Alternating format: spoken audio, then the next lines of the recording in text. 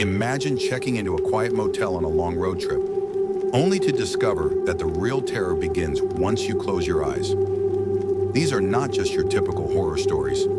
These are real, terrifying experiences from people who stayed in motels they'll never forget. Prepare yourself because these tales will leave you questioning every roadside inn you ever pass. Let's dive into the darkness together. Hi guys, welcome back to the channel. In today's video, we're diving into 3 disturbing, true motel horror stories that will make you think twice before booking that next roadside room. From strange happenings to terrifying encounters, these stories will make you wonder who or what might be watching you when you least expect it. Let's jump in. Story 1, The Room That Shouldn't Exist by Ryan Holloway. My name is Ryan Holloway, and I've driven through countless small towns on my solo road trips, but nothing prepared me for the strange experience I had at a quiet motel in the middle of nowhere. This story has haunted me ever since, and every time I pass a roadside inn, I feel a chill run down my spine. It was late one night when I finally decided to stop. I had been driving for over 10 hours straight and was feeling the exhaustion hit me like a freight train. I pulled off the highway and onto a lonely road, my headlights illuminating the worn-out sign of a small motel. The flickering neon lights didn't do much to reassure me, but I didn't have the energy to keep searching for somewhere else. I needed to rest, and this place was my only option. The parking lot was nearly empty, save for a few cars that looked like they had been parked there for a while. The motel looked older, the paint chipped, the windows cracked, but it was a roof over my head, and that was enough. I pulled into a spot and walked up to the reception office, which was oddly dim, lit only by a single lamp. Inside, there was an older woman behind the counter. She had a friendly smile, but something about her eyes seemed distant, like she wasn't fully there. She welcomed me in and asked what room I needed. I told her I'd take whatever was available. After a long pause, she handed me a key with a small metal tag attached. It didn't have a room number on it, just a small faded label that read 12. I thought it was odd, but at that point, I was too tired to care. I took the key and thanked her, then walked to the back of the motel where the rooms were. The hallway was dimly lit, and the smell of stale air mixed with the faint scent of cigarette smoke lingered in the corners. When I reached room 12, I stopped for a moment. The door was cracked open slightly, as if it had been left ajar. I shrugged it off and pushed it open. Inside, the room was nothing like I expected. The bed was unmade, the floor covered in dust, and the wallpaper was peeling at the corners. It looked as if it had been abandoned for years. The air was thick, and I could almost taste the mustiness in the room. It felt off, like something had been left behind, but I was exhausted, and all I wanted was a place to lay down. I closed the door behind me and locked it, then threw my bag onto the bed. The mattress creaked as I climbed in, pulling the thin blanket up to my chin. The room was still and silent, except for the faint hum of the refrigerator in the corner. I turned on the TV, but the signal was fuzzy, so I decided to just lie there in the dark and try to sleep. But sleep didn't come easily. Every time I closed my eyes, I felt a strange unease creeping up my spine. It was like I wasn't alone in the room. I brushed it off as paranoia, but the feeling wouldn't go away. It was as though the room itself was watching me. I woke up suddenly in the middle of the night, drenched in sweat. My heart was pounding, and I couldn't breathe. My head throbbed with the pressure of a headache that seemed to come out of nowhere. I sat up, trying to shake off the feeling, when I heard something that froze me in place. There was a faint scraping noise coming from the corner of the room, like something, or someone, was moving around. My breath caught in my throat as I slowly turned my head toward the sound. The corner was empty. I tried to ignore it, but the sound didn't stop. It continued for several minutes, gradually growing louder, until it was unmistakable. Someone was dragging something across the floor. My hands shook as I grabbed my phone from the bedside table, but when I checked the time, it was only 2:15 a.m. The room seemed to get colder, the air heavier, and the noise grew louder and more frantic. I stood up and turned on the light, hoping that it would make the strange presence disappear, but when I looked around, the room was empty. Nothing had changed. I knew I couldn't stay there another second. I grabbed my bag, threw it over my shoulder, and rushed to the door. As I pulled on the handle, it wouldn't budge. It was locked from the inside. Panic set in. My mind raced with all sorts of horrible possibilities. What was happening? Why was I stuck in this room? I pulled at the door with all my strength, but it wouldn't open. My heart was beating out of my chest, and I could feel the weight of the silence pressing in on me, as though the room was holding me captive. Then, just as suddenly as it had begun, the door swung open on its own. I stumbled back into the hallway, gasping for air. My legs were weak, but I forced myself to stand. I looked around the empty motel hallway. No one was there. I didn't know what to do next. I didn't care about my belongings. I just needed to get out of that place.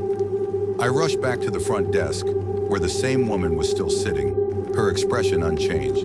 She looked at me with wide, glassy eyes. "You checked out early?" she asked, her voice oddly neutral. I couldn't get the words out. I was too shaken, too terrified. I handed her the key to room 12, and she took it without a word, as though nothing unusual had happened. But then, as I was leaving, she stopped me. "Did you like the room?" she asked, her tone laced with something I couldn't place. I looked back at her, trying to make sense of it all. "It wasn't normal," I said, my voice shaking. She simply nodded. "Room 12 has been closed for years." That's when it hit me. The room I had stayed in shouldn't even have been available. It didn't exist on the motel's map. The whole thing felt like a nightmare, but it was real. I left as quickly as I could, not daring to look back, and I never returned to that motel, or any motel like it, again. I don't know if I was the only one who stayed in that room, but I do know this. There are things that happen in places like that can't be explained, and sometimes the things you don't see are the most terrifying of all. Story 2, The Unseen Guest in Room 5 by Emily Clarke.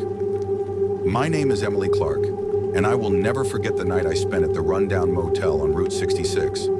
It was one of those places you wouldn't even glance at if you weren't desperate for a place to stay. I had been driving for hours, my eyes barely able to stay open, and I needed a place to rest. The only place I found was a small, forgotten motel, tucked away from the busy highways.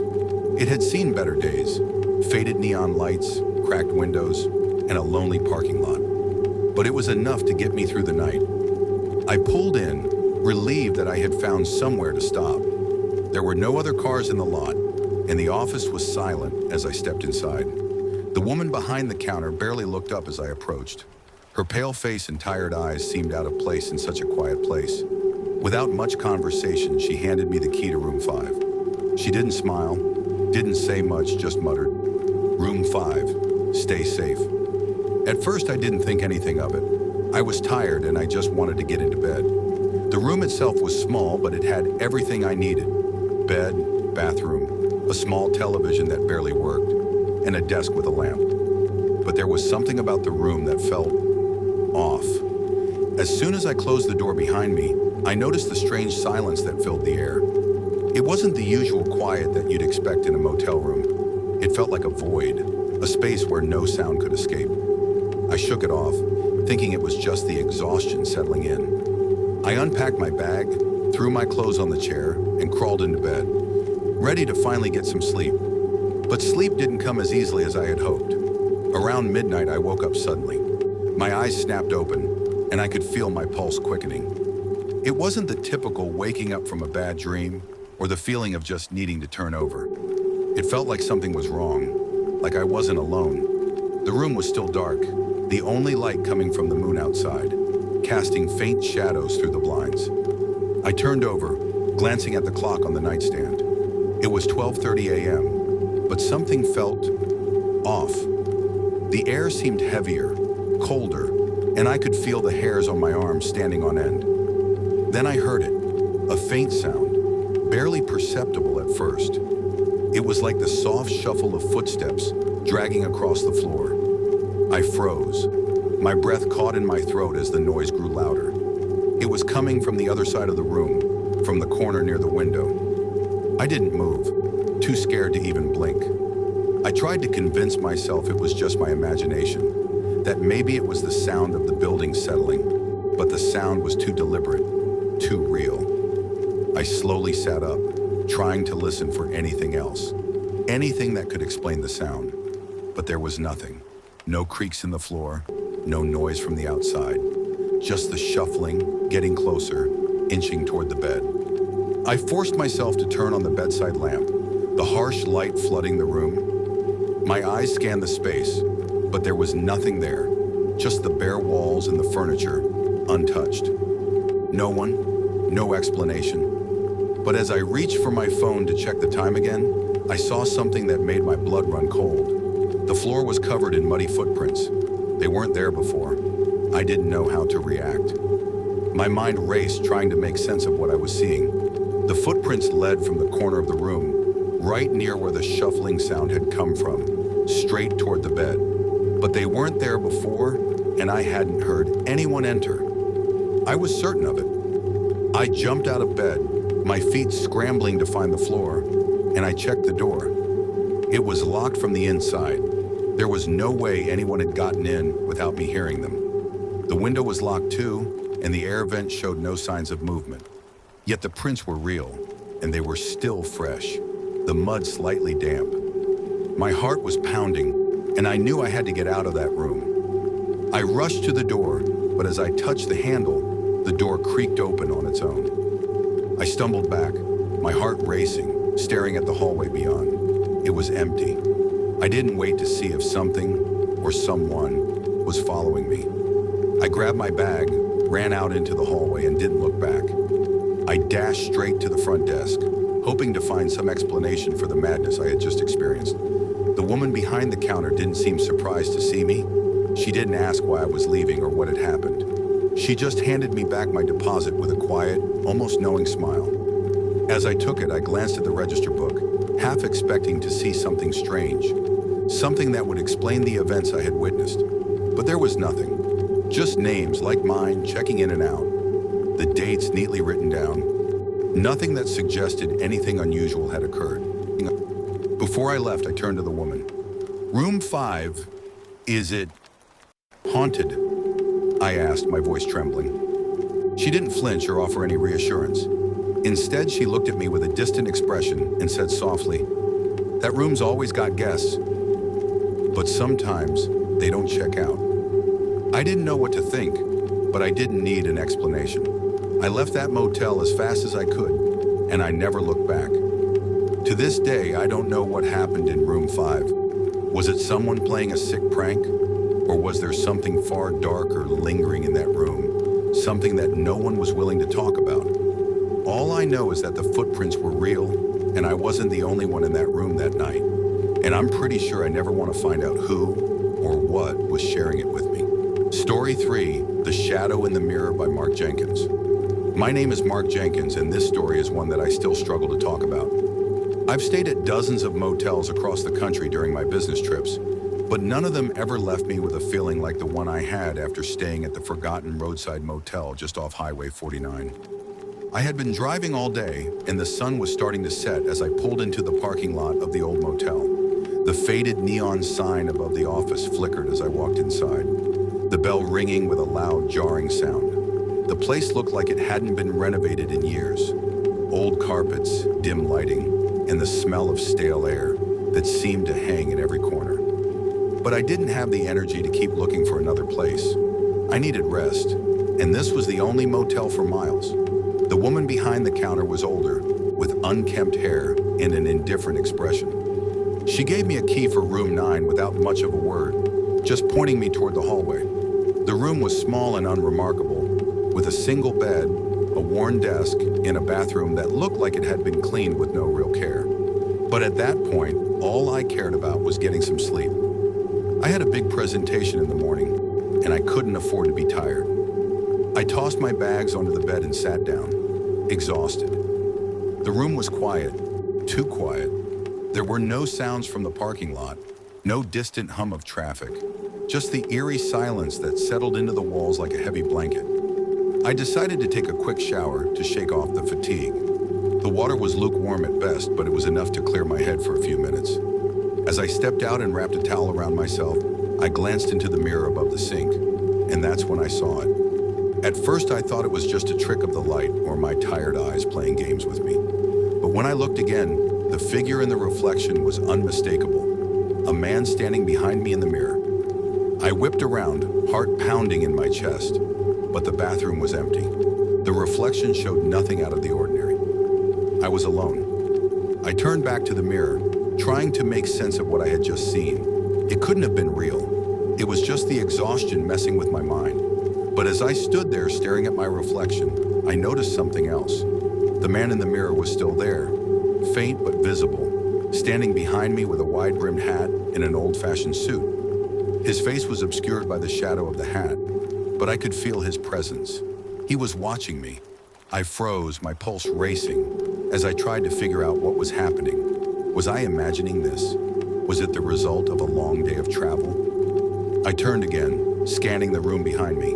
Nothing. No one was there. But the shadowy figure in the mirror didn't disappear. It remained just a few steps behind me, perfectly still. I could feel my throat tightening as the air in the room seemed to grow thicker, colder. It was as though the figure was pulling me in, urging me to step closer, to acknowledge it. I knew I should leave, that this was not normal. But something about the figure held me in place, locked in its gaze even though it didn't have a face. I stumbled back, my hands shaking, and grabbed my clothes. Without thinking, I threw on my pants and shirt, grabbed my keys, and rushed out of the bathroom. The mirror still reflected the figure, even though I wasn't looking at it directly.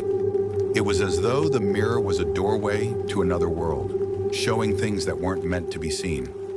I left the room and headed straight to the front desk. The woman was still there, reading a book as though nothing was wrong. I tried to keep my voice steady as I spoke, but the words came out ragged. I need to leave. Can I get a refund or something? She looked up slowly, her face expressionless. What happened? There's someone in my room, I said, trying to explain the unexplainable. I saw a man in the mirror.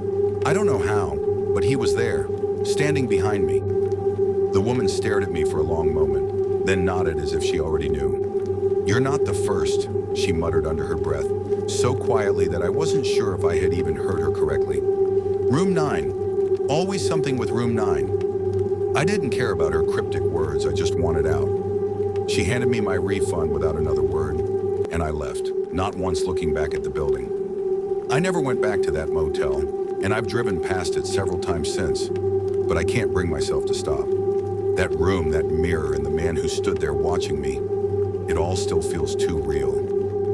To this day, I can't explain what happened in room 9. I don't know if it was just my mind playing tricks on me, or if there really was something in that mirror, something that should have stayed hidden. But I know this, there's a darkness in that motel, and I'm never going near it again. Some things should never be seen, and some places should never be visited.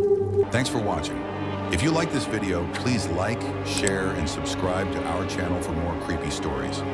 Which of these true stories gave you a chilling experience? Let us know. Until next time, stay curious, stay safe, and remember, sometimes the scariest stories are the ones that are real.